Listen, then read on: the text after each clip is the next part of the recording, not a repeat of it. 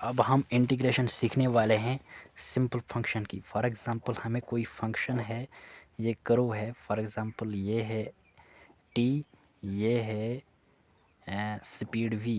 For example हमें दिया गया है इस तरह sin x, इसका मतलब ये रहा कि v is equal to sine of t, v is equal to sine of t।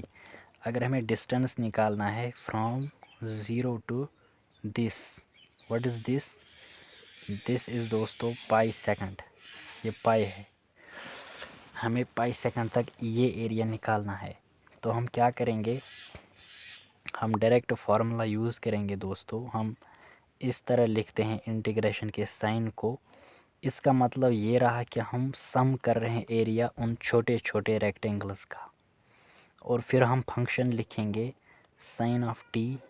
और फिर हम डी टी क्यों लिखते हैं, हम बेस सेम लेते हैं। एक्चुअली ये जो डी टी है ये कोरस्पॉन्ड करता है इन रेक्टेंगल्स का बेसिस का, और ये साइन ऑफ टी बताता है कि उस डी टी पर उस फंक्शन का हाइट क्या है। फॉर एग्जांपल ये कोई डी टी है, इसका हाइट क्या है, तो ये जनरल है, ये कोई पर्टिकुलर रेक्टेंगल नहीं है, ये सारे रेक्टेंगल्स का एक सम है।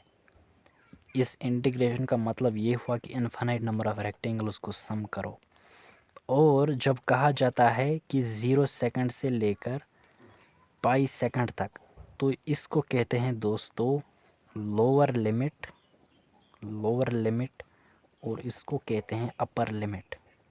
अब कैसे करते हैं, integration of sine x is equal to दोस्तों माइनस कॉस एक्स। तो ये फार्मूला आपको याद रखना है, ये फार्मूला आपको याद रखना है, integration sine x d x is equal to minus cos x. ये फार्मूला आपको, ये मैं अभी आपको लिखवा के ही देता हूँ, अलग से आप टेंशन लेने की ज़रूरत नहीं है। तो ये माइनस कॉस ऑफ टी बनेगा, और हमें इसके लिमिट्स इस तरफ लिखने हैं 0 से लेकर पाई सेकंड। अब हमें अपर लिमिट इसमें सब्स्टिट्यूट करना है, तो ये बनेगा माइनस कॉस ऑफ पाई, और माइनस लिखना है फिर लोअर लिमिट, फिर लोअर लिमिट इसमें देना है माइनस कॉस ऑफ 0 डिग्री। तो माइनस कॉस ऑफ पाई होता है -1, तो बनेगा 1 माइनस, और माइनस कॉस 0 होता है -1, तो वो बनेगा 2। तो 2 मीटर पर, तो 2 मीटर है इसके अंडर एरिया, मतलब 2 मीटर डिस्टेंस इसका और इस पार्टिकल ने कवर की जब ये यहाँ से यहाँ आ गया।